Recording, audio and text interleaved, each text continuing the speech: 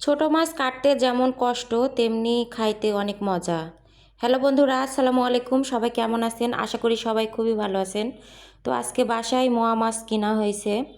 তো অনেকগুলো একার পক্ষে আমার কোটা আসলেই খুব কষ্টকর, কারণ মাছ কাটতে আমি খুবই কম পারি। তো আজকে তো কেউ নাই, আমি একা আছি, তো একাই কুটতে হবে। তো এই মাছটা যে ফ্রিজে রেখে দিব, পরবর্তীতে মাছ কাটার সময় এই মাছটা অনেক নষ্ট হয়ে যায়। এই জন্য কষ্ট করে বসে পড়লাম কাটার জন্য। তো যাই হোক, একটু কষ্ট করে কাটি, তারপরে মজা করে খাওয়া হবে। তো এখানে হচ্ছে মোয়া মাছ কিনা হয়েছে। এখানে বড় ছোট একদম মিশালা মাছ আছে।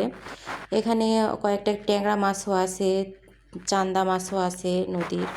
আবার দেখা যাচ্ছে এখানে এই যে এটাকে কি খড়ির মাছ বলে, আপনারা কি বলেন আমি জানি না, অবশ্যই কমেন্ট করে জানাবেন।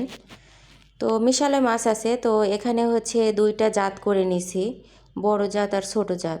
তো আলাদা আলাদা করে রাখছি। তো কোটা একদম কমপ্লিট করে নিলাম। এখন ধোয়ার পালা, এখন ধুতে যাব। তো এখানে আমার বিল্লি মানে পাহারা দিচ্ছে মাছ। অলরেডি আমার মাছ কাটা শেষ। তো মাছ কাটা তো শেষ, আমার এত কোমরে ব্যথা ধরছে কি বলবো। তো চলুন ধোয়া পাকলা করে নিই।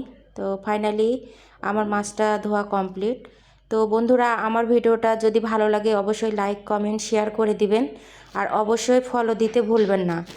আপনাদের এই বোনটার পাশে একটু থাকবেন, আর ভিডিওটা দেখবেন, আমার গান শুনবেন।